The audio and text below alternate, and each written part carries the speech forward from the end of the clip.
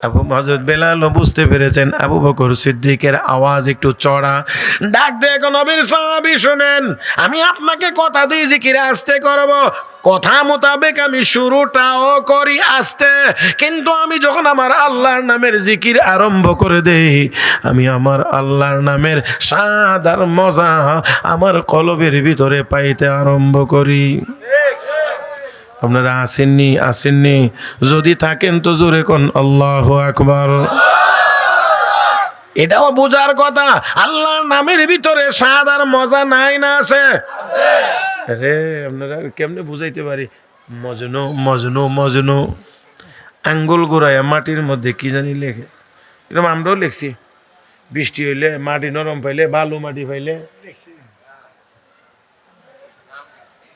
কত কিছু লিখছে আমার ভাইয়েরা। মজনু আঙ্গুল গোড়ায় গোড়ায় কি জানি লিখে, লোকেরা গিয়ে মজনু রে আঙ্গুল রে কলম বানায়া মাটি রে কাগজ বানায়া কি লিখতে আসিস? গুফতে মশকে না মেলাইলা মি কুনাম খাতিরে খুদরা তাসাল্লিমি দেহাম। আমি আমার লাইলির নাম লিখি আর উচ্চারণ করি, এতে করে আমি আমার মনের ভিতরে সান্ত্বনা পাই। ও ভাইরা, লাইলির প্রতি মহব্বত আর ভালোবাসার কারণে লাইলির নাম লিখলে আর জপলে যদি মজা পাওয়া যায়, আমার আল্লাহর নামের ভিতরে মজা লাইলির নামের মজার চেয়ে একটু কম। মহব্বতের আওয়াজে বলেন একটু কম না বেশি? ও মুসলমান, লক্ষ্য করে দেখেন, আল্লাহ নবীর সাহাবী হযরত বেলাল বলেন, ও আবু বকর সিদ্দিক, আমি আল্লাহর নামের জিকির শুরু করি আস্তে, কিন্তু আল্লাহর নামের জিকির যখন আরম্ভ করে দেই, আল্লাহর নামের জিকিরের মজা, আল্লাহর নামের স্বাদ আর মজা আমি আমার কলবের ভিতরে পাইতে আরম্ভ করি। যত পড়তে থাকি মজার পরিমাণ বাড়তে থাকে, আর আমি একটা পর্যায়ে গিয়ে আল্লাহর নামের স্বাদ আর মজার মহাসাগরে ডুব মারি। যখন আমি আল্লাহর নামের স্বাদ আর মজার মহাসাগরে ডুব মারি, তখন আমার আওয়াজ কেমন করে বড় হয় এটাও বলতে পারি না। কাফের বেঈমানেরা ওই মুহূর্তে কি জুলুম নির্যাতন করে আমি বেলাল টের পাই না। লা ইলাহা ইল্লাল্লাহ। মহব্বতের আওয়াজে বলেন সবাই, একেবারে ধ্যান খেয়ালের সাথে মহব্বতে, লা ইলাহা ইল্লাল্লাহ। লা ইলাহা ইল্লাল্লাহ। লা ইলাহা ইল্লাল্লাহ। লা ইলাহা ইল্লাল্লাহ। সবাই জবান খুলেন, আর একটু বড় আওয়াজে, আর একটু বড় আওয়াজে, লা ইলাহা ইল্লাল্লাহ।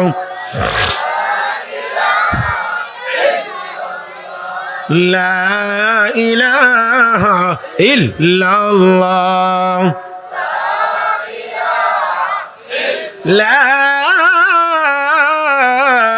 ইলাহা ইল্লাল্লাহ মুহাম্মাদুর রাসূলুল্লাহ। কষ্ট হইতেছে, চলবে আরো অল্প সময়। হ্যাঁ, পরবর্তী ওলামায়ে কেরাম চলে আসছেন অবশ্যই, আমি দেখতেছি। তবে আনবার 2-4-5 মিনিট আগে যেন আমার একটু জানানো হয় যে আসতেছে। একেবারে হঠাৎ করে নিয়ে আইলে হার্ট ব্রেক করলে অনেক সময় ব্রেক ফেল করে, কথা ঠিক না? এই জন্য একটু 5 মিনিট 7 মিনিট আগে আমার বললে আমি তাড়াতাড়ি শেষ করতে পারলে আলহামদুলিল্লাহ। কারণ এখন যে ওয়াজের সিজন, এটা ওই আগের সিজনের শেষটা, কথা মাঝে মাঝে হইতো। তো যাক, আলহামদুলিল্লাহ, সেই অভিজ্ঞতার আলোকেই আমি ছোটদেরকে একটু পিছনে দিছি। প্যারে হাজরিন, আমি একখানা আয়াত তেলাওয়াত করেছি, এখানে হাদিস তেলাওয়াত করেছি। আয়াত এবং হাদিস শরীফের আলোকে মৌলিকভাবে আমি আপনাদের খেদমতে 3টা কথা বলবো, ইনশাআল্লাহ চেষ্টা করব। বাকি 3টা বলে শেষ করতে পারবো কিনা তা জানি না। মৌলিকভাবে 3টা কথা বলাই হলো আমার আজকের উদ্দেশ্য। এতটুকু সময়, আপনাদের ধৈর্য সব মিলাইয়া যদি না কোলায় তাহলে একটু সংক্ষেপ করব শেষ দিক দিয়া, আর আগে শুরু করি, দেখা যাক কতটুকু পর্যন্ত যাওয়া যায়। কয়টা কথা বলবো বলছি? এই 3টা আমল, এই 3টা আমল যার মধ্যে আছে, আমি একেবারেই মিলাইয়া বলি 3 আমল যার, জান্নাত তার। মাশাআল্লাহ, জোরে কোন। কয় আমল? কয় আমল? তাহলে আমল তো বেশি না, কয়টা? কোথায় যাব? কে কে যাইবেন না জান্নাতে? আমি জিজ্ঞেসছিলাম কে কে যাইবেন না, সবাই হাত তুলছেন না। মানে আসলে যাইবেন না এটার উপরে না, যাইবেন এটার উপরে হাত তুলছেন, তাই না? মাশাআল্লাহ। জান্নাতে যাইবার কথা বললে একজনেও না করবে না। 70 বছর বয়স হয়েছে, নামাজ একদিনও পড়ছে না, ওই বেটারাও যদি জিজ্ঞা জান্নাতে যাইবেন, 2 হাত তুলো। কথা ঠিক না? হাত কয়টা? জান্নাতে যাই সবার আগে রাজি। শুধু রাজি না, মাফ করে দিন, দেখবেন সার দোকানে বয়ে বয়ে আবার কইব মৌলবীরা আগুই যাবো বেশ। তো আমরা মৌলবীরা মৌলবী হইয়া কি অন্যায় করছে, কথা কথা 12-14 বছর কষ্ট করে আর এলেম শিখে আর কত বড় অপরাধী যে এরা বেহেস্ত যাইব পরে, আর এই বেচারা সার দোকানে বসে বসিয়া সার কাপ সময় আর টেলিভিশন দেখে বেহেস্ত যাইব গিয়া আগে। তো আরেকজনে জিজ্ঞাসা, চাচা কেমনে আগে যাইবেন মৌলবীরা আগে, কেমনে জান্নাতে যাইবেন? বেটা এরা অনেক কিছু জানে, তো এরার হিসাব কিতাব দিয়ে যাইতে একটু দেরি হইব, আর আমরা কিছু জানি না, এই জন্যে আমরা চলে যাব আগে। আচ্ছা বলেন দেখি, শরীয়তে মানা যেমন ফরজ, মানা মানে আমল করা, মানা যেমন জরুরি, জানাও তো জরুরি। নামাজ পড়তে হবে, এটা জরুরি, তো নামাজ পড়তে হলে নামাজ জানতে হবে না? তাহলে এটা জরুরি না?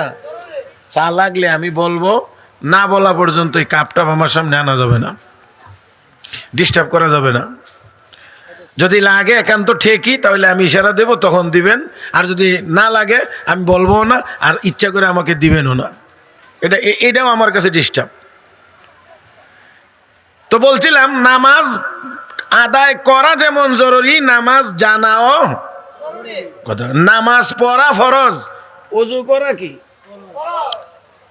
মুরব্বীর একটু বললেন আমার সাথে, হ্যাঁ রাগ করেন না। নামাজ পড়া যেমন ফরজ, ওযু করাও। না মানি হইল নামাজ পড়তে পবিত্রতা অর্জন করা লাগে, আর পবিত্রতা অর্জনের ছোট অপবিত্রতার জন্য ছোট পবিত্রতা, এটার নাম ওযু। তাহলে নামাজ পড়তে হলে শরীর পাক হওয়া লাগে, ওযুর দ্বারা শরীর পাক হয়। ওযু কেমনে করা লাগবে? নামাজ পড়া যেমন ফরজ, নামাজের জন্য ওযু করা লাগবে, ওযু করাও ফরজ। নামাজ পড়তে হলে নামাজ জানা যেমন ফরজ, ওযু করতে হলে ওযু জানাও ফরজ। আচ্ছা এখন বলেন, হাসরের দিন আল্লাহ যদি জিগায়, ওই সার দোকানে বসে বসে যে বুজুর্গ কথা বলতেছে, ওনারে যদি জিগায় কে নামাজ পড়ছিলেন না কেন, তো উত্তর যদি দে আল্লাহ নামাজ জানি না, এই জন্য পড়ছি না। তো আল্লাহ এখন যদি আবার জিজ্ঞেস করেন, তো জানলে না কেন? আমার কথা বুঝেন নাই? আল্লাহ প্রথম জিজ্ঞেস করলেন নামাজ পড়লি না কেন, আল্লাহ নামাজ জানি না। তো আল্লাহ এখন যদি জিজ্ঞেস করে জানলে না কেন, আগে এটার জবাব দে, পরে মানলে না কেন এটার জবাব পরে দিবে। তাহলে তার প্রশ্ন কমলো না বাড়লো? এখন যদি উত্তর দিতে না পারে সাজা কমবে। তাহলে কোন আগ করলে কয় মৌলবীরা আগে বেহেশতে যাবো গিয়া, জান আগে, আমার আপত্তি নাই। কারণ জান্নাতে গিয়ে দখলের কোনো সুযোগ যে না, আগে গেলে গিয়ে আপনি দখল করে নেবেন, আমারটা নিয়ে যাবেন, কোনো হুজুরেরটা নিয়ে যাবেন, এমন সুযোগ না। আপনি আগে যান, তবে আমরা একটু বুঝাইয়া যায় না আর কি, আপনি কেমনে আগে যাইবেন, একটু একটু বুঝলে আমরা লাগে একটু সুবিধা হয় আর কি। কি বলেন, ঠিক কিনা? কষ্ট হইতেছে মনে হয় আপনার, আর আমার কথা বুঝতে অসুবিধা হয় না তো? আপনার সাথে আমার একটা সম্পর্ক আছে, ওই সম্পর্কের মানুষও এখানে আছে, কথা বুঝেন না? কেমনে আছি হেরারে জিগাইন, একটা সম্পর্ক আছে তো আলহামদুলিল্লাহ, যেমনি যেমনি হোক। আর আমি এই দিক দিয়ে, আমার বাড়ি এই দিক দিয়ে যাওয়া লাগে, আপনারা যারা উত্তরে কোন আর কি কথা কন না, আপনার এই দিকের মানুষের উত্তর এখন না। আচ্ছা যাক, কোন অসুবিধা নাই, কারণ এতে আমি কোনো রাগ না। আমি ব্রাহ্মণবাড়িয়া থাকি আলহামদুলিল্লাহ, কুতুর বাড়িও করছি আলহামদুলিল্লাহ। তো ওইখানে মাহফিলে আমি বলছি আপনারা তো আপনারা উত্তরে ডাকেন, অসুবিধা নাই। তবে আমার একটা কথা আছে, একটা জিজ্ঞাসা আছে। বলে কি জিজ্ঞাসা? আপনারা দক্ষিণে কি আরো মানুষ আছে না নাই? হ্যাঁ, তা আপনারা দক্ষিণে যারা আছে হ্যাঁ আপনারা কি কইব? আমাদের উত্তরেও তো মানুষ আছে, কাজেই এটা রাগ করার কোনো বিষয় না। আপনার তুলনায় আমরা উত্তরে আছি, আমাদের উত্তরেও আরো মানুষ আছে, আপনার দক্ষিণেও। তো যাক, তো এই দিক দিয়ে যাইতে আমি মাদ্রাসার সাইনবোর্ডটা ফইরা ফইরা যাই। কথা বুঝেন না, একটা সাইনবোর্ড আছে না এনে, এটা আসা যাওয়ার পথে আমি এমনি ফইরা যাই। তো ওই অনেকদিন পড়তে পড়তে মনে হয় আল্লাহ ইহান একটু বয়ানের জন্য মঞ্জুর করছে আর কি, যে তুই কত আর সাইনবোর্ড ধরবে, এবার গিয়ে একটু ওয়াজ করে।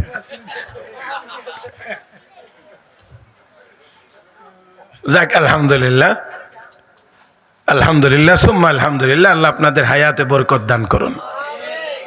প্যারে হাজরিন, তো বলছিলাম 3 আমল যার জান্নাত। আমল কয়টা? করবার নিয়ত আছে তো ইনশাআল্লাহ? হ্যাঁ, দেখেন বুঝে শুনে কেন। হ্যাঁ, আমল করবো তো ইনশাআল্লাহ। কয় আমল? 1 নাম্বার, যেই ব্যক্তি হালাল খাইবে, তার মানে প্রথম আমল হলো হালাল খাওয়া।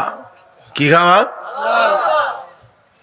যদি রাগ না করেন আমি কিছু শব্দ উচ্চারণ করাইব, উচ্চারণের দ্বারা, জবানে উচ্চারণের দ্বারা কলবে এই কথাটা গেঁথে যায়।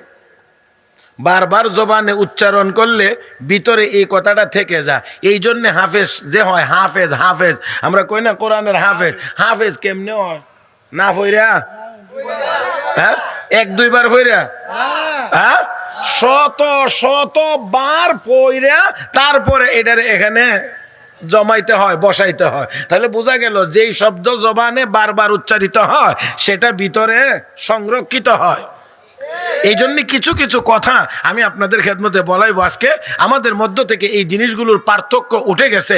হালাল আর হারাম, এই দুইটা যে পার্থক্য, এই পার্থক্যটা এখন আর মুসলমানের মধ্যে এত বেশি নাই। আগে গ্রামের মধ্যে গিয়ে কেউ জিজ্ঞাইতো এই গ্রামে কে কে সুদ খায়, আর এখন গিয়ে জিজ্ঞেস করতে হয় এই গ্রামে কে কে খায় না।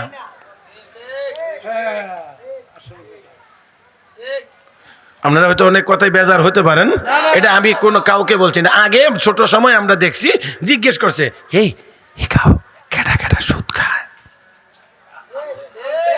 আস্তে আস্তে কইছে। আর এখন খুঁজা বাইর করতে হয় কে কে খায় না। মাফ করে দিয়েন, নামাজও আগের কাতারের পরে একেবারে এমন একটা ভাব নিয়ে চলে যে সুবহানাল্লাহ, এই যুগের আব্দুল কাদের জিলানী উনি ওই। কিন্তু ভিতরে ভিতরে খোঁজ নিয়ে গিয়ে দেখলাম উনি না, ওনার ঘরের বুড়ি শুদ্ধা। টের পাইছেন না মনে হয় আমার কথাটা? আল্লাহর হস্তে মাফ করে দেন সভাপতি সাহেব, ওনার সাথে আমার মানে একটা পরিচয় হয়ে গেছে আলহামদুলিল্লাহ। এই জন্য উনি রাগ করবেন না, ওনারে দিয়েই বলি আল্লাহর হস্তে মাফ করে দিয়েন। বুজুর্গ মানুষ, দেখতে বোঝা যায়, চলাফেরা এমন একটা ভাব বোঝায় যে আল্লাহু আকবার। কিন্তু দেখা গেছে শুধু উনি না, উনার ঘরে যে যিনি আছে উনি শুদ্ধা। কোন কাম?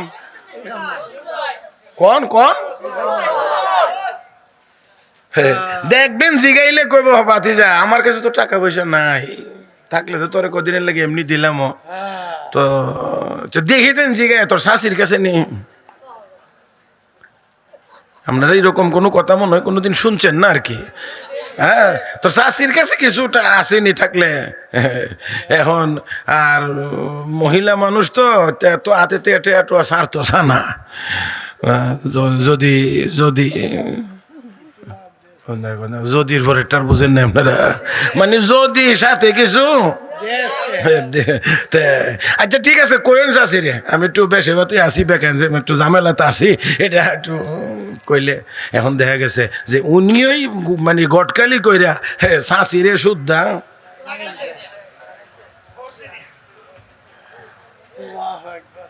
এই ওয়াজ করলে যাও জীবন একবার দাওয়াত পাইছি, আর না পাওয়ার সম্ভাবনাই বেশি থাকবো আর কি। কারণ কইব যে এই মৌলবীরা আর জীবনও দাওয়াত দিও না। আমার ভাইয়েরা, তবে আমি একটা কথা বলি, শুধু আপনারা একটু মেহরবানি করে বলবেন সুদ হালাল না হারাম?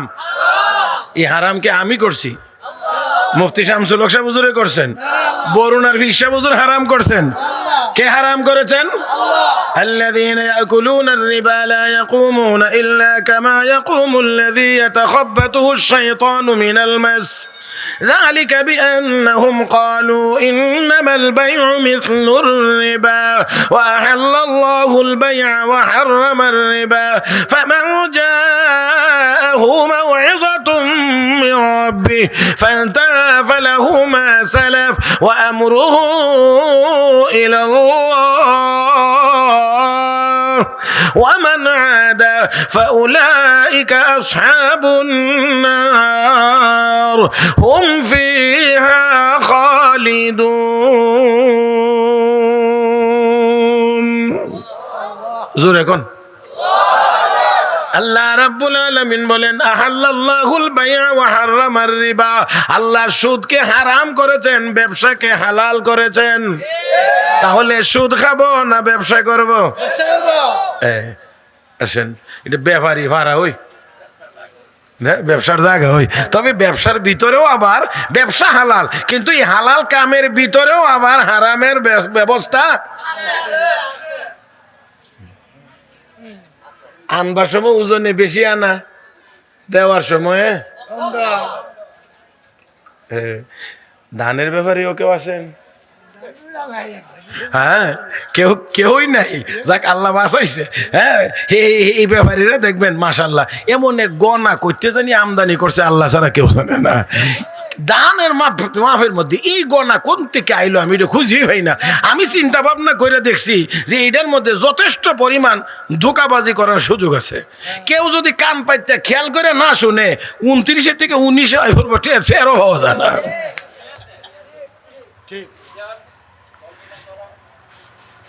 প্যারে হাজিরিন এই জন্যে আমার সামনে বেচারা গৃহস্থ মানুষ 1 মণ ধান লওয়ার পরেও আরো 2 গা বেশি নিছে বাজারে গেলে যাতে মাপলে কোনো দিক থেকে কম না হয় যাতে 100 গ্রাম 200 গ্রাম যাতে বেশি হয় এই মাফা ধানটারে বাজারে মাপতে গিয়ে 7 পাল্লা বানাইলিছে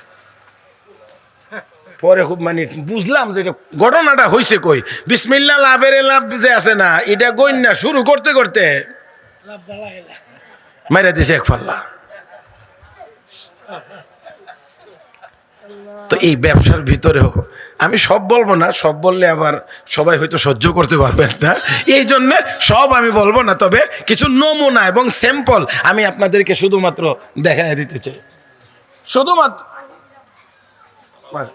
মাশাআল্লাহ কিছু সামান্য নমুনা এবং স্যাম্পল আমি আপনাদের সামনে পেশ করব ইনশাআল্লাহ তাহলে আসুন প্রথমত কথা হলো সুদ হারাম ব্যবসা আমার সাথে কথা বলতে হবে আজকের সবক কিন্তু এটা সুদ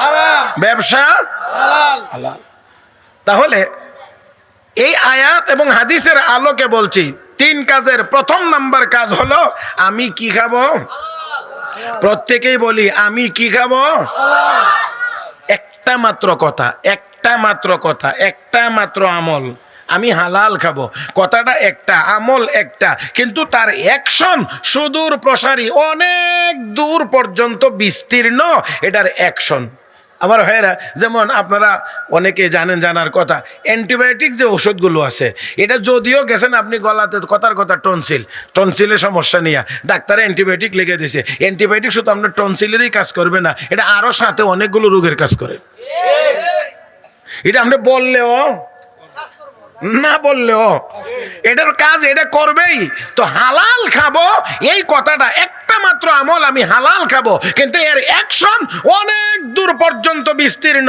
কারণ আপনাকে যদি হালাল খাইতে হয় তাহলে আপনার জীবন থেকে হাজারো হারাম বিদায় করতে হবে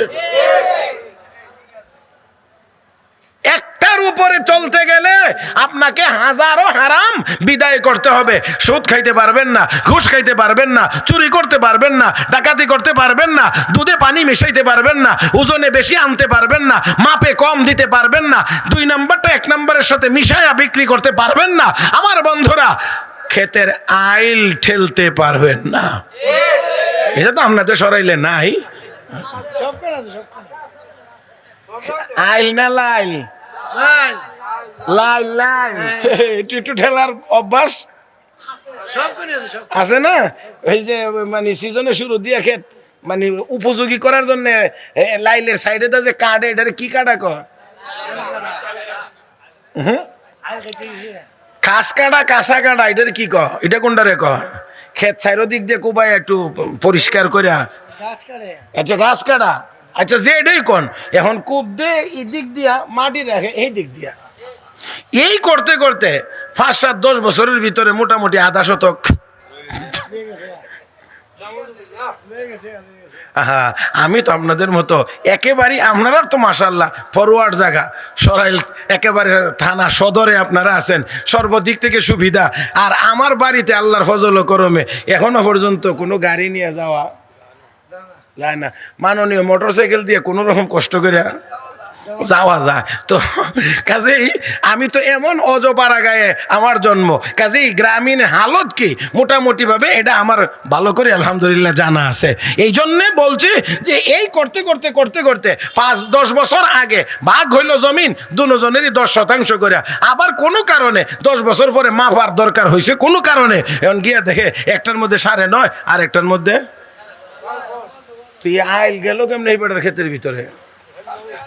তবে মনে রেখেন এতটুকু কথা, হাসরের ময়দানে একদল মানুষের মাথার মধ্যে বিশাল বড় বড় বোঝা হবে। বোঝা বলেননি না, আঞ্চলিক ভাষায় ফুজা কই আমরা, ফুজা, বড় বিশাল বড় ফুজা, যেইগুলো নিয়ে দাঁড়ায় থাকতে হবে, কিন্তু ক্ষমতা নাই, সামর্থ্য নাই, কিন্তু শাস্তি ভোগ করতে হবে। বিশাল বড় বড় বোঝা। এই বোঝাওয়ালারা কারা? দুনিয়ার জীবনে যে যতটুকু জায়গা অন্যায়ভাবে দখল করেছে, যে যতটুকু জায়গা, আধা হাত, 1 হাত, 2 হাত, 1 ফুট, 5 ফুট, যতদূর জায়গা অন্যায়ভাবে আরেকজনের জায়গা জবরদখল করে রেখেছে, এই জমিনের মধ্যে যত মাটি আছে, সাতবক নিচ পর্যন্ত গেলে যত মাটি হবে, সবগুলো মাটিকে একসাথে করে বস্তার মধ্যে ঢুকায়া মুড়িটা বাইন্দা আল্লাহ ফেরেশতারা কইব এর মাথার দাঁত দিয়ে রাখ। ওই পূজাটা দেখলেই আপনারা বলতে পারবেন, সবাই টের পাবে উনি হেই কামলা। কোন কামলা? এটা কোনটা? আল্লাহ, আসলে কি কই, আমরা সবাই ওয়াজে আই যে কিছু মিঠা মিঠা কথা কইব হুজুরে, একেবারে অমুক আমল করবেন সব গুনাহ মাফ, সোজা যাবেন গা জান্নাতে, কি বলেন ঠিক না? এরকম কিছু ওয়াজ হইলে সবারই মনোভূত হয়, ওয়াজটা হয়েছে সাংঘাতিক ওয়াজ। হ্যাঁ, আর এরকম কথা কইলে সর্বনাশ কেনা জানি শিখাইয়া দিছে, কথা বোঝেন না? ওয়াজ থেকে উঠে যায় আর আরেকটা রে কয় কে দাদা জানি হুজুর রে কইয়া দিছে, এই কথাটি কইবার লাগে, কথা বুঝেন নাই? তখন ওই বোঝা যায় যে উনি এই কামলা, না হইলে উনার মুখ দিয়ে এই কথা বের হওয়ার কথা না। আসুন বন্ধুরা, আমরা কি খাইব? মাশাআল্লাহ, জবান খুলে আওয়াজ করে আমার সাথে কথা বলবেন। কি খাইতে হবে? 1 নাম্বার আমল, যদি হালাল খাইতে হয় তাহলে সব হারাম। কিছুক্ষণের জন্য একটু চিন্তা করেন তো, মনে করেন আমরা এই ব্যাপারী পাড়ার মানুষ, আপাতত কিছুক্ষণের জন্য কেউ চুরি করি না, চুরি করা হালাল না হারাম? কেউ চুরি করি না, একজনেও না, এরকম কোনো নিয়ত নাই। তাহলে ঘটনাক্রমে যদি কোনো মোবাইল রাস্তায় পড়ে থাকে, তাহলে তো এই মোবাইল কেউ হাত দিবে না,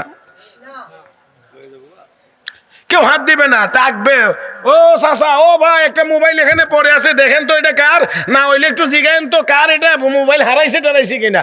যদি এই হালাল খাওয়ার চিন্তা থাকে, হালালের চিন্তা, হারাম নেব না, তাহলে মোবাইলে হাত দেবে না, ধরবে না, নিবে না, নিলেও হাতে নিয়ে দাঁড়ায় থাকবে, ঘোষণা দিবে, এলান করবে মালিকের কাছে পৌঁছানোর জন্যে। আর যদি এই চিন্তাটুকু না থাকে যে আমি হালাল খাবো, এই চিন্তা ভিতরে না থাকলে আরেকজনের ঘরের জানালার ফাঁক দিয়া কোটা ঢুকাইয়া হইলেও বেটার মোবাইল চুরি করে লিয়ে যাব।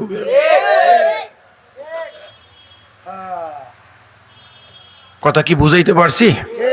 তাহলে আসেন, 1 নাম্বার আমল কি খাইব? হালাল খাবো, হালাল হালাল হালাল হালাল। আমার ভাইরা, আমার বন্ধুরা, আসুন এবার বলি হালাল আমাদের না থাকার কারণে কি অসুবিধা। ও বন্ধুরা, 1 নাম্বার অসুবিধা হলো ইবাদত করতে মনে চায় না, যার কারণে মসজিদের কোনায় বাড়ি হওয়ার পরেও নামাজে আসে না আসে না ওরকম? ওনার চেয়ে মসজিদের আজান কারো কানে আর আগে যায় না, এত কাছে হওয়ার পরেও মসজিদে আসার সুযোগ হয় না। আমার বন্ধুরা, প্রথম নাম্বার কথা হলো ইবাদত করতে মনে চাইবেন না। যদি তারপরেও ইবাদত করতে যায়, ইবাদতের আসল মজা সে পাবে মজা পাবে না। আর সহজ সোজা কথা হলো, যেই কাজ করে যে মজা না পায়, এই কাজ করবার মনেও তার চাইবার কথা না। আমার বন্ধুরা, লক্ষ্য করে দেখেন, সাধারণত আমরা দিনের বেলা সারা দিনে রাতে মিলাইয়া সাধারণত আমরা এই বাংলাদেশের মানুষ 3 বেলা খাওয়া দাওয়া করি। সকালে, দুপুরে, রাত্রে 3 বেলা খাওয়া দাওয়া করি। ও বন্ধুরা, এই খাওয়াটা সময় মতো, সময় আসলেই পেটে খাবার খিদা লাগে, চাহিদা হয়, মুখেও তার চাহিদার প্রকাশ ঘটে। ও বন্ধুরা, খানা খাইলে মজা লাগে আমার ভাইরা, আমার বন্ধুরা। কিন্তু যদি কোনো মানুষ কোনো কারণে পেটের অসুখে ভুগে, অথবা যদি জ্বরের মাত্রাটা পরিমাণে বেড়ে যায়, সামনে নিয়ে খাবার দিলেও তাহলে মজা কেন লাগে না? বুঝতে হবে তার শরীরের মধ্যে কি আছে। মা কথা না, রোগ আছে। আমার ভাইয়েরা, একজন মানুষ 3 বেলা খাইতে হয়। সকালে খাইলো, দুপুরে খাইলো, রাত্রে খাইলো। এখন যদি কেউ বলে আমার খাইতে মনে চায় না, তাহলে বুঝতে হবে এই মনে না চাওয়াটা কোনো না কোনো রোগের কারণে মনে চায় না। আমার বন্ধুরা, আমাদের ইবাদত করতে মনে চায় না।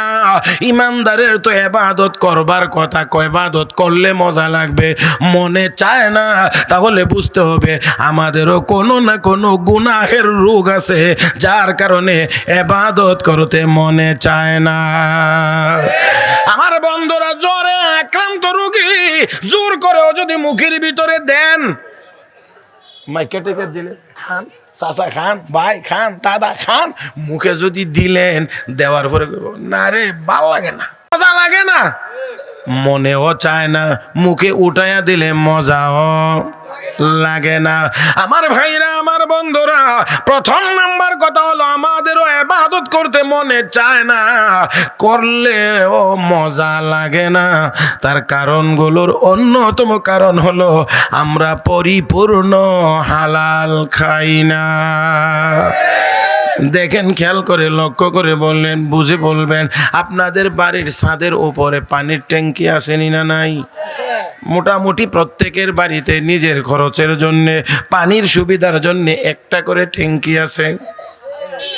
একটা ট্যাঙ্কি বাড়ির উপর, ছাদের উপরে, এটার মধ্যে পানি উঠায় রাখেন। একটা ট্যাঙ্কিতে যদিও পানি, কিন্তু এই পানির সুবিধাটা কিন্তু একটা জায়গা দিয়ে নেন না। এই রুমেও লাইন আছে, ওই রুমেও লাইন আছে, এই দিক দিয়েও লাইন আছে, ওই কোনাতেও পানির লাইন দেওয়া আছে পাইপ দিয়ে, ওইখানে ট্যাপ দেওয়া আছে, ঘুরাইলেই পানি পড়ে। আওয়াজ করে বলেন, 10টা জায়গাতে এমন লাইন দিয়ে ট্যাপ দেওয়া আছে, যদি ট্যাপটা ঘুরান কোন ট্যাঙ্কির পানি আসবে? সব ট্যাপ দিয়ে এক ট্যাঙ্কির পানি বের হবে। এবার একটু ছাদের উপরে উঠে কোনো মানুষ যদি ঢাকনাটা খুলে কিছু ময়লা ট্যাঙ্কির ভিতরে ছেড়ে দেয়, তাহলে এবার আওয়াজ করে বলেন, কোন ট্যাপ দিয়ে ভালো পানি পাওয়া যাবে? আমার কথা কি বুঝতেছেন না মনে হয়? ট্যাঙ্কির মধ্যেই যদি ময়লা ছেড়ে দেওয়া হয়, কোন ট্যাপ দিয়ে ভালো পানির আশা করা যায়? না না, কোনোটা দিয়েই যাবে না। কারণ যদিও ট্যাপ ভিন্ন, পানি আসতেছে এক জায়গা থেকে, এই জন্যে কোনো ট্যাপ দিয়ে ভালো পানির আশা করা যায় না। আমাকে আপনাকে আল্লাহ রাব্বুল আলামিন পেট নামের একটা ট্যাঙ্কি দিয়েছেন, ট্যাঙ্কি। ও বন্ধুরা, হালাল খানা মানে হলো পরিষ্কার পরিচ্ছন্ন পানির মতো। ও বন্ধুরা, যেমন করে ট্যাঙ্কির ভিতরে ময়লা যদি ফেলে দেয়, কোনো ট্যাপ দিয়ে ভালো পানির আশা করা যায় না, আমাদের এই পেট নামের ট্যাঙ্কির ভিতরেও যদি হারাম খাবার দেওয়া হয়, এই হারাম খাবার থেকে উৎপাদিত রক্ত শরীরের রগ নামের পাইপ লাইন দিয়ে সারা শরীরে বিচরণ করে। এই বিচরণ করার কারণে শরীরের কোনো অঙ্গ দিয়ে ইবাদত করতে মনেও চায় না, করলেও মজা পায় না। চোষে কামরা পাকেদারি আজ হারাম, চোষে কামরা পাকেদারি আজ হারাম, মর্দ ইমাদার বাসি ওয়াসসালাম, মর্দ ইমাদার বাসি ওয়াসসালাম। কবি বড় সুন্দর করে বলেছেন, তোমার পেটটাকে যদি হারাম থেকে মুক্ত রাখতে পারো তাহলে নিজেকে ইমানদার মনে করতে পারো।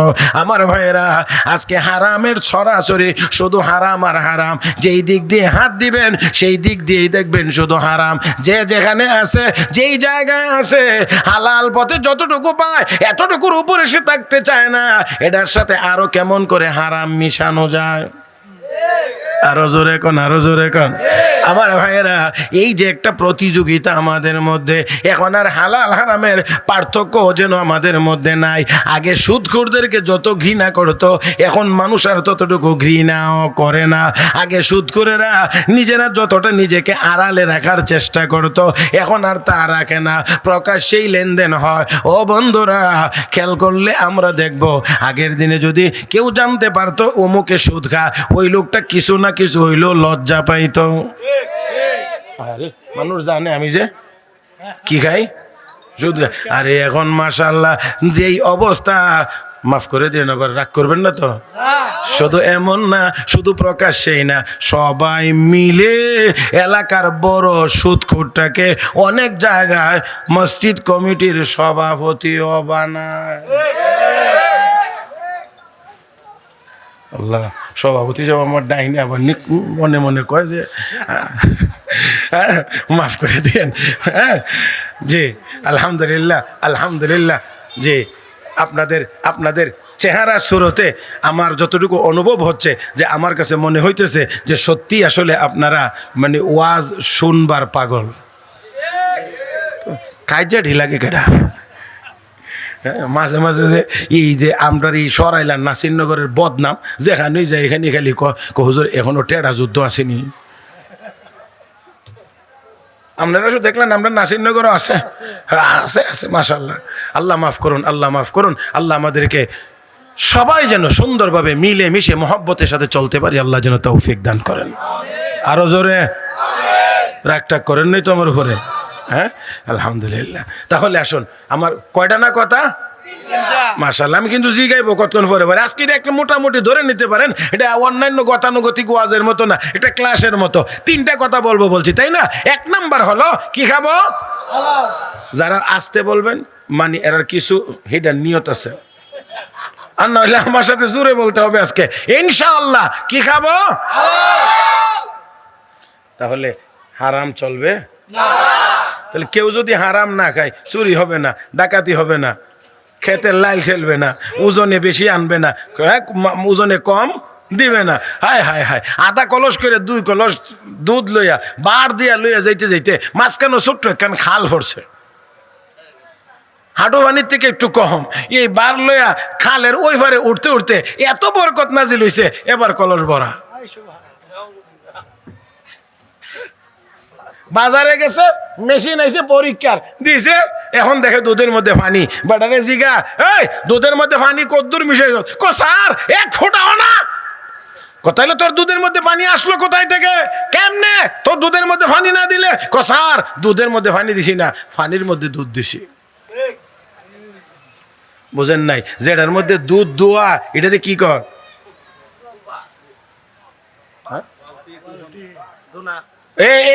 এটা কইতো, এই যে এটা দোনা। আগে যে ছোট ছোট ডেগের মধ্যে দুধ দোয়াইতো, এটা দোনা কয়। হ্যাঁ, তো দেখেন ওই দোনার মধ্যে আগে পানি লইয়া তারপরে দোয়াইছে। এই জন্য স্যার জিগাইছে, পানি দুধের মধ্যে পানি কদ্দুর দিছ? স্যার 1 ফোঁটাও না। তো আইলো কেমনে? স্যার পানির মধ্যে দুধ দিছি। এই হলো অবস্থা। আমি কতগুলো আপনাদেরকে দেখাইবো, হারামের দিকের কোনো অভাব নাই।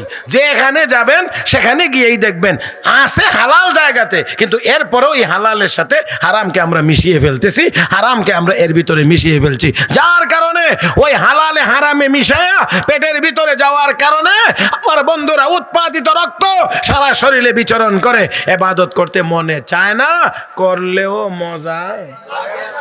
এবারে আসেন আপনাদেরকে একটু কথা বলতে চাই, আল্লাহর ইবাদতের ভিতরেও কোনো মজা আছে বলে কি আপনারা জানেন? মাশাআল্লাহ, আছে না নাই? দুনিয়ার সব কাজে যদি মজা থাকতে পারে, এই যে বৈশাখ মাসের কামটা কি মনে হয় খুব আরামের না কষ্টের? কষ্টের না?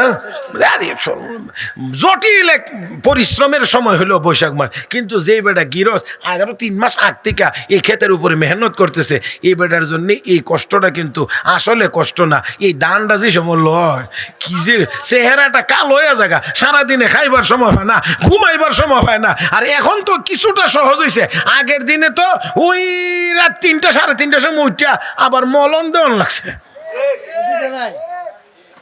ঠিক না? এখন তো এত কিছু করা লাগে না, এরপরে ড্রামের মধ্যে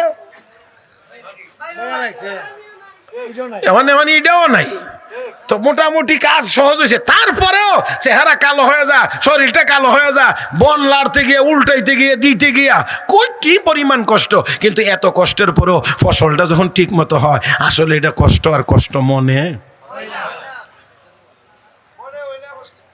কষ্ট যদি মনে হইতো তাহলে এই কাম জীবনেও করতে পারতো না। তাহলে বোঝা গেল এই যে ক্ষেতের মধ্যে কি উইটার দেয় না, এই যে উইটার দেশের মধ্যে এই সময় ধান পাতাগুলো কি দাঁড় থাকে। আর জীবনে 2-4 বার কি আমিও তো দিছি, কথা বোঝেন না। শখে গেছি গে ক্ষেত বাঁচতে। তো একদিন আমার এক চাচা ও মৌলভী বেটা ক্ষেত বাঁচবার লাগে আইসো না, খুব শখ লাগছে।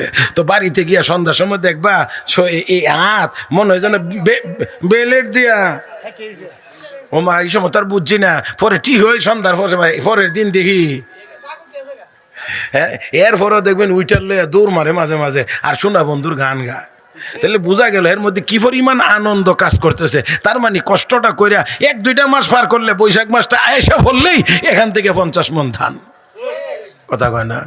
তাহলে এখানে যদি মজা থাকতে পারে, আরো অনেক কিছু, আমি শুধু একটা নমুনা দেখাইলাম, এর ভিতরে যদি মজা থাকতে পারে, তাহলে আল্লাহর সামনে আপনি ইবাদতে দাঁড়াবেন, নামাজে দাঁড়াবেন, আল্লাহর কোরআন তেলাওয়াত করবেন, জিকির করবেন, দরুদ শরীফ পড়বেন, এর ভিতরে কোনো মজা জোরে কোন নাই? নাই না আছে? আমার ভাইরা, আমার বন্ধুরা, আল্লাহর ইবাদতের ভিতরে এত এত এত এত এত মজা আছে, যেই মজা দুনিয়ার কোন জিনিসের মধ্যে। সবাই আমার দিকে তাকাইবেন দয়া করে, একদম আমার দিক, এদিক ওদিক ছায়া, আমি তো আপনার দিকে ছায়া কথা বলবো, এজন্য এদিক ওদিক তাকাইলে আমার জন্য একটু কষ্ট হয়। দেখেন এত মজা আল্লাহর ইবাদতের ভিতরে আছে। এই মজাটা যদি দুনিয়ার কোনো মানুষ একবার পায়, তাহলে দুনিয়ার আর কোনো জিনিস তার কাছে মজা লাগবে লাগবে। ছোট্ট উদাহরণ শুনেছেন মাহফিলে গিয়ে, তারপরে স্মরণ করিয়ে দিচ্ছি।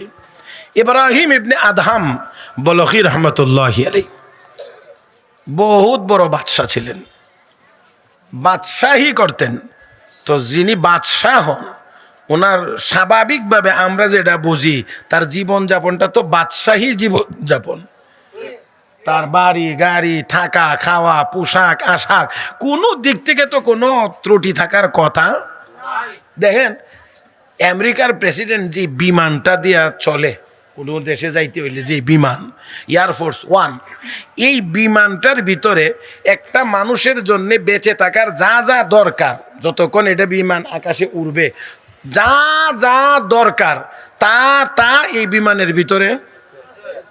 আপনারা অবাক হবেন শুনলে, সবাই তো জানার কথা না, সেই জন্য বলছি, যদি এই আকাশপথে চলন্ত অবস্থায় যদি এই প্রেসিডেন্টের বাইপাস অপারেশন, যেটা এই যে এই কাইটটা, এই বুকটা কাইটটা যেই অপারেশন করে, যেটাকে বাইপাস সার্জারি বলে, এই বাইপাস অপারেশনের যদি দরকার হয়, তাহলে এই বিমান নিচে নামাইতে হবে না, কোনো হাসপাতালেও নেওয়া লাগবে না।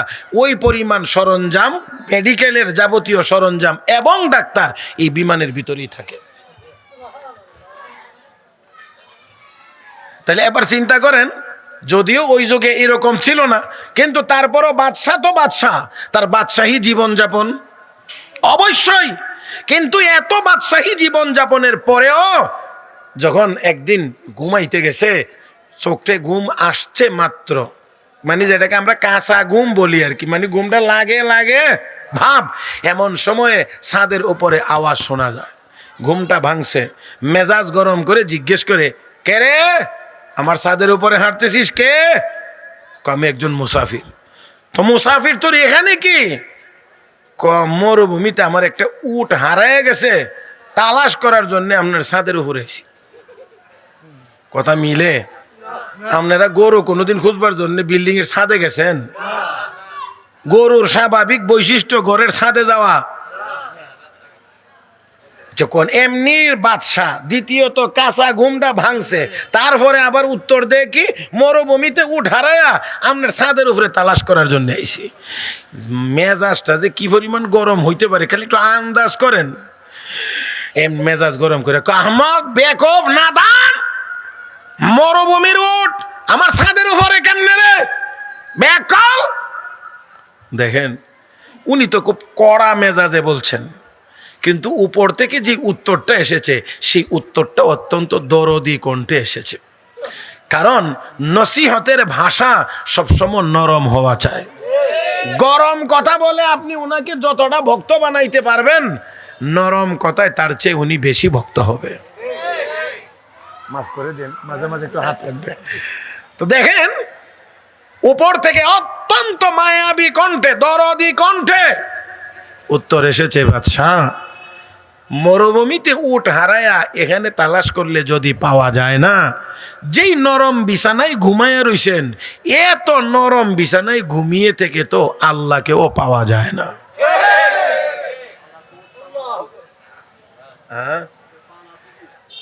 কথা কি বুঝতে পেরেছেন? আল্লাহকে যদি পাইতে হয় তাহলে নরম বিছানাতে এত লম্বা সময় ঘুমিয়ে থাকা যাবে না। আমার বন্ধুরা, কথা বেশি লাগে না, যদি হৃদয়ে লাগে এক দুই কথায় মানুষের জীবন পরিবর্তন হয়ে যায়। কথাটা এমন ভাবে হৃদয়ে লেগেছে, লাফ দিয়ে উঠলেন আর চিন্তা করতে লাগলেন, কথা তো ঠিক, মরুভূমিতে উট হারিয়ে আমার ছাদে তালাশ করলে যদি পাওয়া যায় না, এত নরম বিছানায় ঘুমিয়ে তো আল্লাহকেও পাওয়া যাবে। আমার বন্ধুরা, মুজাহিদ আজম আল্লামা শামসুল হক ফরিদপুরি রাহমাতুল্লাহি আলাইহি বলেছেন, তুমি যদি দুনিয়ার কিছুই পাইলা না, শুধু আল্লাহকে পেয়েছো, তাহলে তুমি সব পাইছো। আর যদি তুমি আল্লাহকে পাও নাই, দুনিয়ার সব পেয়েছো, তাহলে আসলে তুমি কিছুই পাইলা, তুমি কিছুই পাও নাই। আমার ভাইয়েরা, যেই ব্যক্তি আল্লাহকে পাইছে তার আর কিছুই লাগে না। মাল্লাহুল মাওলা ফালাহুল কুল। আল্লাহকে যদি কেউ পায় তাহলে আর কোনো জিনিসের দরকার হয় না, কারণ দুনিয়ার সব কিছু একমাত্র কার? জবান খুলে আওয়াজ করে বলেন, দুনিয়ার সব কিছুর মালিক কে? আমাদের মালিক, আমাদের মালিক, সকলের মালিক, ছোট মানুষের মালিক, মুরব্বীদের মালিক। মাশাআল্লাহ। ও ভাইয়েরা, আল্লাহকে যদি পাওয়া যায়, অন্য কিছু পাওয়ার চিন্তা করা লাগে না। আল্লাহকে যদি পায় না, সারা দুনিয়ার পিছনে দৌড়াইতে পারবে, কোনোদিন তৃপ্তি হবে না, কোনোদিন মন ভরবে। আমার ভাইয়েরা, আমার বন্ধুরা, আল্লাহর ওয়ালি, আল্লাহর বান্দা ইব্রাহিম ইবনে আদহাম লাফ দিয়ে উঠলেন, মনে মনে চিন্তা করলেন, না, এই নরম বিছানায় আর থাকবো না। শুধু নরম বিছানাটাই না, একেবারেই সাধারণ পোশাক পরিধান করে, সাধারণ মানুষের লেবাস ধারণ করে সিংহাসন ছেড়ে দিলেন, রাজত্বই ছেড়ে দিলেন। জোরে কোন আল্লাহু আকবার। মাত্র এক কথা, মাত্র এক কথা হৃদয়ে এমন ভাবে আসর করেছে, আর রাজত্বই করবে না, সিংহাসনে থাকবে না। বের হয়ে গেলেন আসল মালিকের খোঁজে। আওয়াজ করে বলবেন কি, আসল মালিক? আসল মালিক বের হয়ে গেলেন, আর প্রাসাদে নাই, সিংহাসন ছেড়ে দিলেন, রাজত্ব ছেড়ে দিয়ে আসল মালিকরে খুঁজতে লাগলেন। এবার গিয়ে তিনি বায়াত হইলেন। ও বন্ধুরা, খাজা ফুজাইল ইবনে আয়াজ রাহমাতুল্লাহি আলাইহির কাছে সবক নিলেন আর আদায় করতে লাগলেন। মহান আল্লাহকে খুঁজে পেতে চান আমার বন্ধুরা, খুঁজে খুঁজে আমার আল্লাহকে এমনভাবে তিনি পেয়েছেন, এমনভাবে পেয়েছেন। ওনার মন্ত্রিসভার সাবেক সদস্যবৃন্দ একবার চিন্তা করলেন, আমাদেরকে ছেড়ে ইব্রাহিম ইবনে আদহাম চলে গেলেন, আসেন না একটু গিয়ে দেখি এখন কোন অবস্থায় আছেন। খুঁজতে লাগলেন, খোঁজার জন্য বের হইলেন। খুঁজতে খুঁজতে গিয়ে দেখলেন দাজলা নদীর কিনারায় বসে বসে শীত নিবারণের জন্যে ইব্রাহিম ইবনে আদহাম বলো কি নিজের হাতে সুই সুতা লইয়া কাঁথা সিলাইতে আছে। আমরা আমাদের গ্রাম্য ভাষায় বলি খেতা সিলাইতে আছে। এক সময়ের বাদশা এখন নিজের হাতে শীত নিবারণের জন্য খেতা সেলায়। মন্ত্রিসভার সাবেক সদস্যবৃন্দ মাথায় হাত দিয়ে ও ইব্রাহিম, রাজত্ব ছেড়ে দিয়ে চলে আসলেন, এই নিয়ে আপনার অবস্থা কেমন দুরবস্থা। এখন নিজের হাতে সুই সুতা নিয়ে খেতা সিলাইতে আসেন, জলদি করে আসেন, এই জায়গা ছেড়ে দিয়ে জলদি করে ফিরে আসেন, আপনার জন্য এখনো সিংহাসন অপেক্ষা করছে। আপনি যাবেন, সিংহাসনে গিয়ে বসবেন, বীর দর্পে রাজত্ব পরিচালনা করবেন। ইব্রাহিম ইবনে আদহাম বলো কি জবাব দিয়েছেন, এটাই হলো আলোচনার মূল জায়গা। উনি ডাক দিয়ে বলেন, না না না, আমি আর এই সিংহাসনে ফেরত যাইতে চাই না। আল্লাহু আকবার কোন, আল্লাহু আকবার কোন। সিংহাসনে ফেরত যাইতে, আচ্ছা বলেন দেখি, আপনারা একটু সোজা জিনিস আমরা বুঝি। দুইটা জিনিস আমার সামনে, এটা একটু কম মজা, এটা একটু বেশি মজা। সাধারণত কোন দিকে যাব আমরা? যেটার মধ্যে একটু মজা বেশি। এখানে গেলে লাভ একটু কম, এখানে গেলে লাভ একটু বেশি। কোন দিকে যাব? এটাই তো স্বাভাবিক। তাহলে উনি এই সিংহাসন ছেড়ে চলে গেলেন ফকিরের মতো, এখন চলাফেরা নিজের হাতে সুই সুতা দিয়া খেতা সিলাই শীত নিবারণের জন্য। যেই লোকটা ছিলেন বাদশাহ, সেই লোকটা। আরে আমরা তো যারা, অনেকের বাড়িতে তো এখানে এসি আছে, আছে না অনেকের? আচ্ছা, এসির ভিতর থেকে বাইরে এলে আবার মনটা চায় না কতক্ষণে, আবার কতক্ষণ এসির ভিতরে চলে যাব, ঠিক না? তাহলে উনি তো ওই জায়গাটা ছেড়ে দিয়ে আসলেন, এখন আবার ওইখানে ফেরত যাওয়ার জন্য সবাই এসে বলতেছে আপনি শুধু যাবেন আর সিংহাসনে গিয়ে বসবেন, জলদি করে আসেন। উনি জবাব দিলেন, না, আমি আর এই সিংহাসনে ফেরত যাইতে চাই। তাহলে বোঝা গেল সিংহাসনের চাইতে এখনের জীবনের ভিতরে মজা কম। আমনে কোন কম না বেশি? বেশি যদি না হইতো তো কইলো তো ঠিক আছে, তোমরা যখন আইসো আমি আবার গিয়েছি। আরে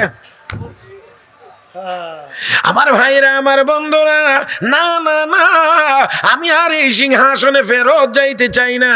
যেই সিংহাসনে গিয়ে বসে কোনো কথা বললে কেউ মানে তো কেউ মানে না, জোরে কান, কেউ শোনে তো কেউ শোনে না, কেউ যদি প্রশংসা করে কেউ তো আবার গালিও দেয়, কথা কনা জোরে।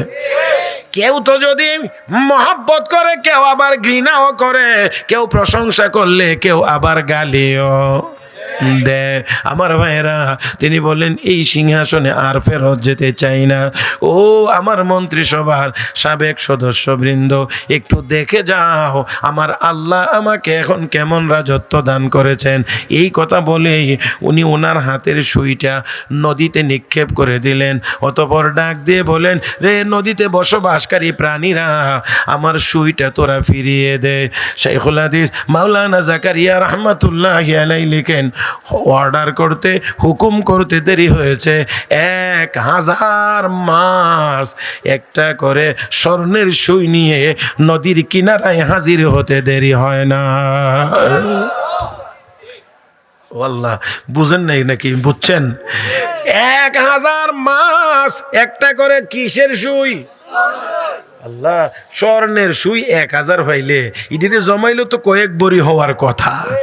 কিন্তু তিনি বললেন, না না, আমি স্বর্ণের সুই নিক্ষেপ করি নাই, আমি তো লোহার সুই নিক্ষেপ করেছি, আমারটা কোথায়? এই কথা বলতেই আরেকটা মাছ ওনার হাতের নিক্ষেপ করা লোহার সুইটা টুটের মধ্যে করে নিয়ে কিনারায় এসে ওনার হাতে পৌঁছায়া দিয়েছেন। এবার আপনারা একটু আওয়াজ করে বলুন, আগের সিংহাসনের জীবনের চাইতে এখনের এই ফকিরি জীবনের ভিতরে মজা কম? আমার ভাইয়েরা, আগে সিংহাসন ছিল কিন্তু ইবাদত ছিল। কথা আমার বুঝতে অসুবিধা হয়? আমি এর চেয়ে আর সহজ সরল ভাবে আর বলার মতো জ্ঞান আর আমার নাই। আমি একবারে খাস গ্রাম্য মানুষের মতো আমিও কথা, হ্যাঁ আলহামদুলিল্লাহ, বুঝেন তো আমার কথা? আমার ভাইয়েরা, আমার বন্ধুরা, আগে সিংহাসন ছিল, ইবাদত ছিল না। আর এখন সিংহাসন নাই কিন্তু ইবাদত আছে। তাহলে বোঝা গেল শুধু সিংহাসনে মজা নাই, ইবাদতের ভিতরে মজা। হ্যাঁ, যদি সিংহাসনের ভিতরে ইবাদত থাকে তাহলে সিংহাসন মজা। যার কারণে আমাদের দেশে আমরা অনেকের এই চেয়ারে বসতে দেখি, কিন্তু ইবাদত না থাকার কারণে এই সিংহাসনের ভিতরে মজা পায় না। কিছুদিন যদিও জোর করে কিছু মজা আদায় করার চেষ্টা করে, আবার কিছুদিন পরে খুঁজেও পাওয়া যায়। হ্যাঁ আমার ভাইরা, আমার বন্ধুরা, এবার আওয়াজ করে বলুন, আল্লাহর ইবাদতের ভিতরে সাধারণ মজা নাই না আছে? আপনারা আমরা সবাই জানি হযরত বেলালের নির্যাতনের কথা। হযরত বেলাল নির্যাতিত কেন? লা ইলাহা ইল্লাল্লাহ, লা ইলাহা ইল্লাল্লাহ, লা ইলাহা ইল্লাল্লাহ বলার কারণে বেলালের উপরে নির্যাতন।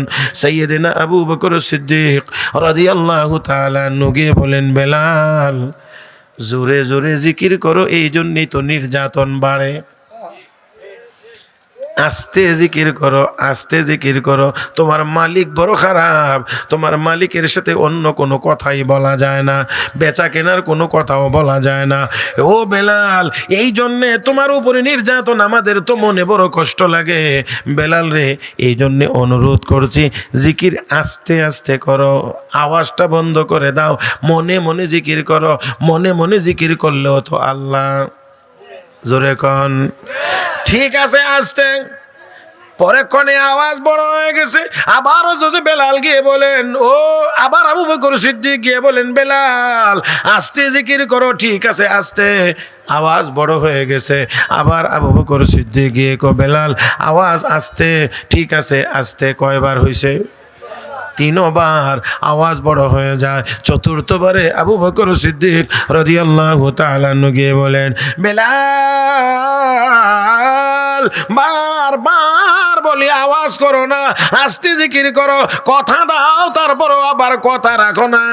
ও বেলাল, কারণটা কি? কেন তোমার আওয়াজ বড় হয়ে যায়? হযরত বেলাল বুঝতে পেরেছেন আবু বকর সিদ্দিক মনে হয় একটু বিরক্ত হয়ে যাচ্ছে। হ্যাঁ, একটু বিরক্ত। তবে এই বিরক্তটা শত্রুতামির কারণে না, এটা মহব্বতের কারণে। হ্যাঁ, বুঝতে হবে।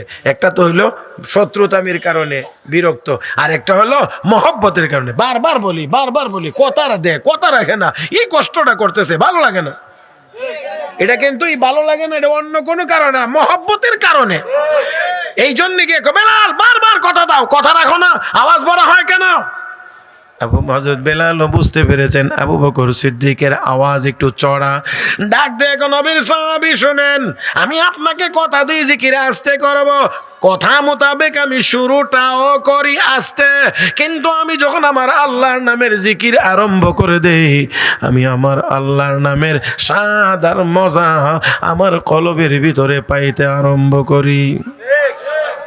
আপনারা আসেননি? যদি থাকেন তো জোরে কোন আল্লাহু আকবার। এটাও বোঝার কথা, আল্লাহর নামের ভিতরে স্বাদ আর মজা নাই না আছে? আরে আপনারা কেমনে বুঝাইতে পারি? মজনু মজনু মজনু, আঙ্গুল গোড়ায় মাটির মধ্যে কি জানি লেখে, এরকম আমরাও লিখছি। বৃষ্টি হইলে মাটি নরম পাইলে, বালু মাটি পাইলে কত কিছু লিখছে আমার ভাইয়েরা। মজনু আঙ্গুল ঘোরায় ঘোরায় কি জানি লিখে, লোকেরা গিয়ে মজনু রে আঙ্গুল রে কলম বানায়া মাটি রে কাগজ বানায়া কি লিখতে আসিস? গুফতে মশকে না মেলাইলা মি কুনাম খাতিরে খুদরা তাসাল্লিমি দেহাম। আমি আমার লাইলির নাম লিখি আর উচ্চারণ করি, এতে করে আমি আমার মনের ভিতরে সান্ত্বনা পাই। ও ভাইরা, লাইলির প্রতি মহব্বত আর ভালোবাসার কারণে লাইলির নাম লিখলে আর জপলে যদি মজা পাওয়া যায়, আমার আল্লাহর নামের ভিতরে মজা লাইলির নামের মজার চেয়ে একটু কম। মহব্বতের আওয়াজে বলেন একটু কম না বেশি? ও মুসলমান, লক্ষ্য করে দেখেন, আল্লাহ নবীর সাহাবী হযরত বেলাল বলেন, ও আবু বকর সিদ্দিক, আমি আল্লাহর নামের জিকির শুরু করি আস্তে, কিন্তু আল্লাহর নামের জিকির যখন আরম্ভ করে দেই, আল্লাহর নামের জিকিরের মজা, আল্লাহর নামের সাদার মজা আমি আমার কলবের ভিতরে পাইতে আরম্ভ করি। যত পড়তে থাকি মজার পরিমাণ বাড়তে থাকে, আর আমি একটা পর্যায়ে গিয়ে আল্লাহর নামের সাদার মজার মহাসাগরে ডুব মারি। যখন আমি আল্লাহর নামের সাদার মজার মহাসাগরে ডুব মারি, তখন আমার আওয়াজ কেমন করে বড় হয় এটাও বলতে পারি না। কাফের বেঈমানেরা ওই মুহূর্তে কি জুলুম নির্যাতন করে আমি বেলাল টের পাই না। লা ইলাহা ইল্লাল্লাহ। মহব্বতের আওয়াজে বলেন সবাই, একেবারে ধ্যান খেয়ালের সাথে মহব্বতে, লা ইলাহা ইল্লাল্লাহ। লা ইলাহা ইল্লাল্লাহ। লা ইলাহা ইল্লাল্লাহ। লা ইলাহা ইল্লাল্লাহ। সবাই জবান খুলেন, আর একটু বড় আওয়াজে, আর একটু বড় আওয়াজে, লা ইলাহা ইল্লাল্লাহ।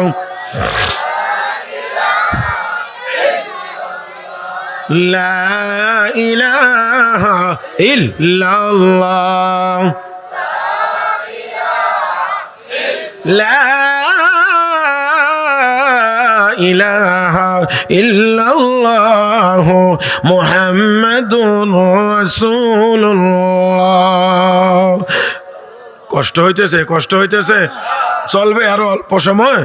হ্যাঁ, পরবর্তী ওলামায়ে কেরাম চলে আসছেন অবশ্যই আমি দেখতেছি, তবে আনবার 2-4-5 মিনিট আগে যেন আমার একটু জানানো হয় যে আসতেছে। একেবারে হঠাৎ করে নিয়ে আইলে হার্ট ব্রেক করলে অনেক সময় ব্রেক ফেল করে, কথা ঠিক না? এই জন্য একটু 5 মিনিট 7 মিনিট আগে আমার বললে আমি তাড়াতাড়ি শেষ করতে পারলে আলহামদুলিল্লাহ। কারণ এখন যে ওয়াজের সিজন, এটা ওই আগের সিজনের শেষটা, কথা কয় না, আগের সিজনের এখন যে প্রোগ্রাম চলতেছে যদি সব গণি তাহলে মনে হয় মোটামুটি 350-র কাছাকাছির প্রোগ্রাম এখন চলতেছে। বুঝেন নাই? মানে এই সিজনে যত ওয়াজ করছি সংখ্যায় গিয়ে দাঁড়াবে মনে হয় 350-র কাছাকাছি। তো কাজেই এখন যে লম্বা ওয়াজ করা লাগবে এমন না, তবে একটা কথা বলতে গেলে একটা ছোট্ট করে হইলে একটা ফিনিশিং এর দরকার আছে, কি কন? এই জন্যে 5-7 মিনিট থাকতে আমার একটা সিগন্যাল দিয়েন, তাহলে আমি এর ভিতরে শেষ করে ফেলবো ইনশাআল্লাহ। আল্লাহ তৌফিক দান করুন, আরো জোরে। যারা যারা এখানে বইয়া বইয়া মাঝে মাঝে কি জানি খান এমনি, হ্যাঁ আপনি নেওয়ান গেছেন মনে করে দিই এমনি দে কি জানি, হ্যাঁ আর এটা খাওয়ান দেখলে আমারও মনে চায়, তো আমার দেন না তো আপনি কেমনি আমার দেখায় দেখায় খান। কিছুক্ষণের জন্য হইলেও তো আমি আপনার আর মেহমান, তো হইলে আমারও দেন, আর না হইলে আমার দিয়েন না, আমার আপত্তি নেই, তবে আপনি খায়েন না, কথা কয় না, ঠিক না? মাশাআল্লাহ মাশাআল্লাহ। তুমি হেলাইনটা ছেড়ে দাও, জোয়ান মানুষ বাসের লোকে হেলাইন দিলে তো বুড়া মানুষেরা করতো, গেরাদি বালিশ দেওয়ার লাগবো। আল্লাহ আমার উপরে রাগ টাগ করছেন নি আজকে? হ্যাঁ, আল্লাহ কবুল করুন, আল্লাহ কবুল করুন। আসুন, কি জানি বলছিলাম মনে আছে আপনার? আর কি খাবো আমরা? কথা কয় না, কি খাবো? তাহলে কোনো হারাম খাইতে পারবো? তাহলে আর হালালের উপরে থাকতে পারলাম না। তাহলে একটা কথার উপরে যদি আমল করতে হয় আমি হালাল খাবো, তাহলে আপনার জীবন থেকে হাজারো হারাম বিদায় করতে হবে। আচ্ছা, কিছুক্ষণের জন্য ভাবেন তো, পুরা সরাইল থানার মানুষ আমরা কেউ যদি হারাম না খায় তাহলে কি পরিমাণ আরাম হবে? হ্যাঁ, কি পরিমাণ আরাম হবে? এখন দেখেন আমাদের দেশে একখান নেক আমল আছে। নেক আমল হইল, এই এই এই বেটা আল্লাহর ওলি দিকে সা, এই তুই দিকে করছত কে বেটা, আমার দিকে না চাইতে। আমাদের দেশে একটা নেক আমল আছে, ছেলে বিয়ে করাইতে গেলে ছেলে শ্বশুর বাড়ির থেকে কি কি দিব এটার একটা লম্বা তালিকা আছে নি? এই নেক আমল আছে আপনার দিকে? হ্যাঁ আছে না? আচ্ছা দেখেন তো, এটা মেয়ের বাবা যদি মেয়ের জামাইরে খুশি হইয়া সারাটা দুনিয়াও দিয়ালা অসুবিধা, কিন্তু দাবি করে আনবার মতো কোনো সুযোগ এখন। আচ্ছা, কিছুক্ষণের জন্য দেখেন আপনি আপনার ছেলে বিয়ে করাইতে গিয়ে দাবিটা করলেন, তো আপনার মেয়েটা যখন বিয়ে দিবেন হেলে অত দাবি করবো, তো আপনি আইনা গুণা করলেন, আবার হেলে আপনার কাছ থেকে নিয়ে গুণা করলো, তাহলে দেখা গেল যে এটা আনলেন এটা আবার দিয়েও দিলেন, ফাঁকে দিয়া গুনার পূজাটা। তাহলে আপনি যদি না লন তাহলে আপনারও কারো দেওয়া, তাহলে টাকার এই বদলা বদলিরও দরকার নাই, গুনারও দরকার। হায় হায়, আবার আর এক কান আছে না, এটা কইতাম না, থাক। হ্যাঁ কইলিতাম আর এক, জি জি হ্যাঁ মাশাআল্লাহ, আমিও তো রেডি আছি। দেখেন খেয়াল করেন না না, আমার ভাইয়েরাম, আরেকটা হলো বিয়ে হওয়ার পরেই শাশুড়িরা চা মেয়ের জামাইটা আমার কথাই উঠতো আর বইতো। তো মানলাম কিছুক্ষণের জন্য আপনি আপনার মেয়ের জামাইটারে তার মা বাবার কাছ থেকে সরাইয়া আপনার কথা মতো চালাইলেন, তো আপনি আবার আপনার ছেলেটারে যখন বিয়ে করাইবেন তো আপনার বিয়ে নিয়েও তো এই কামটাই করব।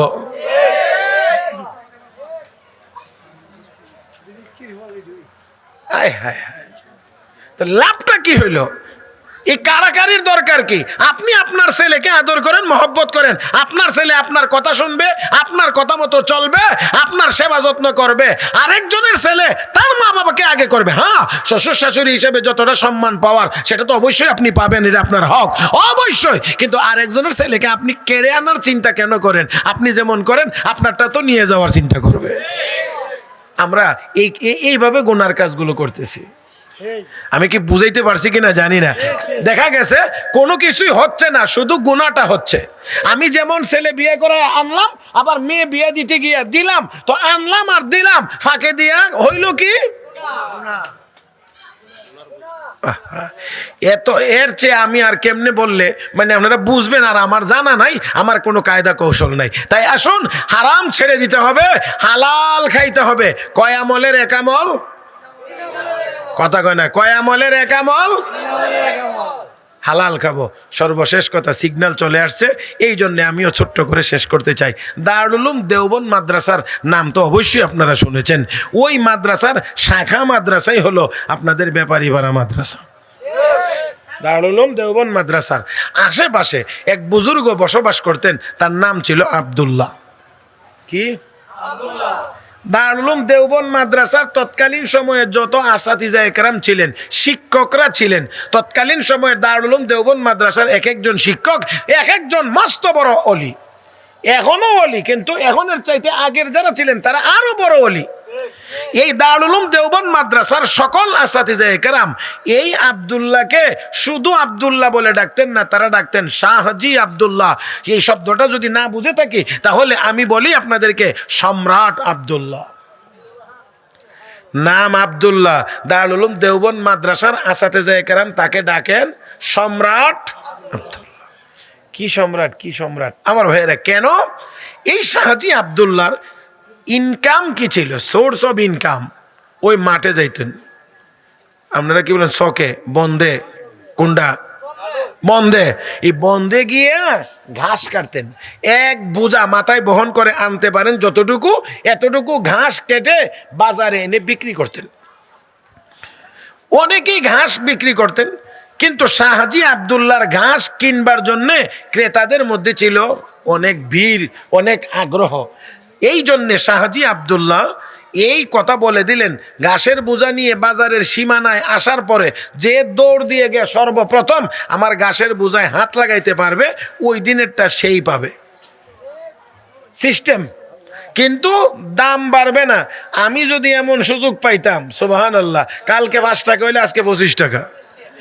যুদ্ধ লাগছে ইরানে আর আমেরিকা, তেল আসা বন্ধ, আমরা তেল গেছে মুর্দারের কাছে কবরস্থানে। আপনারা শুনেন নাই কবরস্থান থেকে তেল উদ্ধার করছে? তাইলে মুর্দারের তেলের কত দরকার, এরা কবরে বাতি জ্বালাইব কেমনে?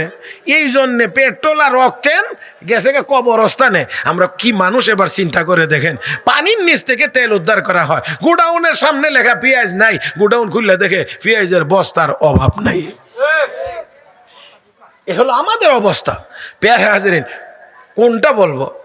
সারা বছর চিনির দাম একরকম, যেই মাত্র রমজান কাছাকাছি হয় দেখা যায় চিনির বাজার।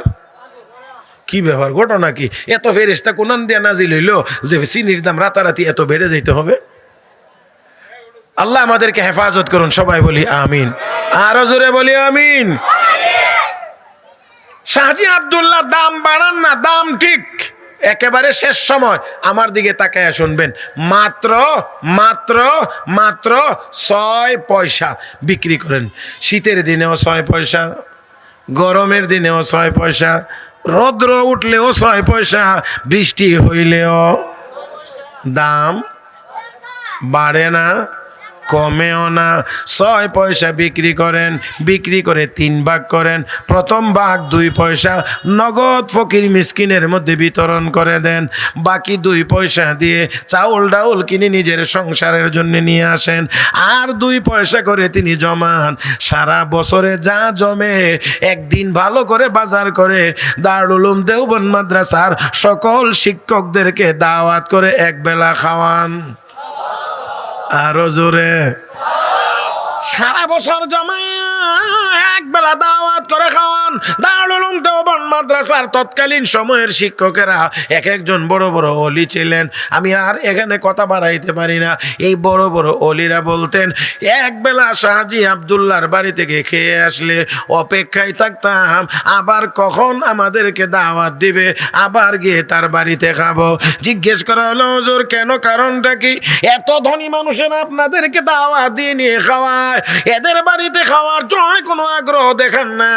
এই গরিব মানুষটির বাড়িতে খাওয়ার জন্য এত আগ্রহ কেন দেখান, কারণ কি? শোনো, শাহজি আব্দুল্লাহর বাড়ির খানা এত বেশি হালাল। বুঝতে পারছেন কিছু? শাহজি আব্দুল্লাহর বাড়ির খানা এত এত বেশি হালাল, তার বাড়ি থেকে একবেলা দাওয়াত খেয়ে আসলে, দুমুঠো ভাত খেয়ে আসলে, তার বাড়ির এই হালাল খানার বরকতে আমাদের কলবের ভিতরে 40 দিন পর্যন্ত আল্লাহর পক্ষ থেকে নূর নাজিল হইতে থাকে। বুঝি কেমন করে? নামাজে দাঁড়াইলে নামাজ আরো পড়তে মনে চায়, এত ভালো লাগে।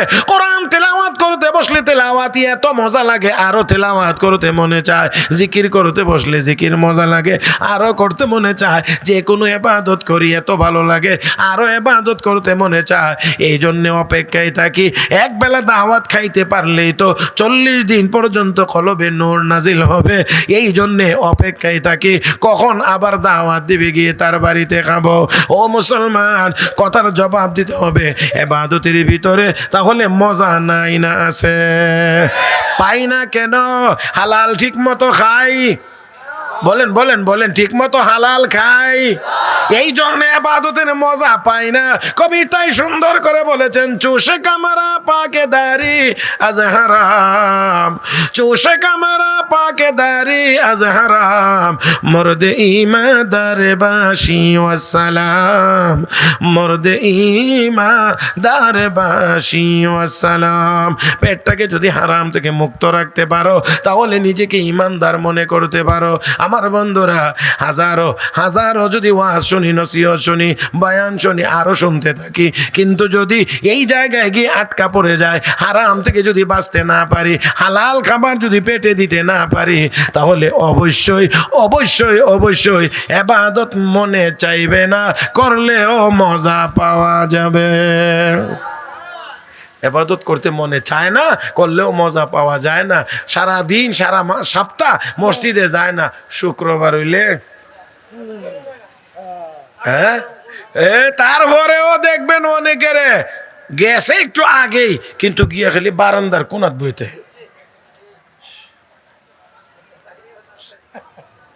গেছে একটু আগেই বসে থাকে পিছনে।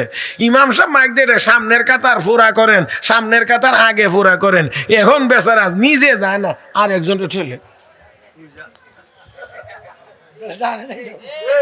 কথা কয় না। কেন যায় না? কারণ যত আগের কাতারে নামাজ পড়বেন তত দেরিতে মসজিদ থেকে বের হইতে হবে। কথা বুঝেন নাই? তার মানে হলো মসজিদের ভিতরে গেলে জানটা ছটফট ছটফট ছটফট করে, তাতে করেই বোঝা যাবে আমাদের ইমানের ভিতরে দুর্বলতা আছে। আমার নবী বলছেন, মসজিদে গেলে যারা ইমানদার তারা তো শান্তি পাবে, আর যাদের ইমানে ভেজাল আছে, মুনাফিকি আছে, পাখি জঙ্গলের থেকে দৌড়ে আইনা যদি খাঁচার মধ্যে বন্দি করা হয়, ওই যে পিঞ্জিরার মধ্যে বন্দি করা হয়, এটা বের হওয়ার জন্য যেমন ছটফট করে, যাদের কলবের ভিতরে মুনাফিকি আছে তারা মসজিদে গেলেও শুধু ছটফট করতে থাকবে, কখন মসজিদ থেকে বের হবে।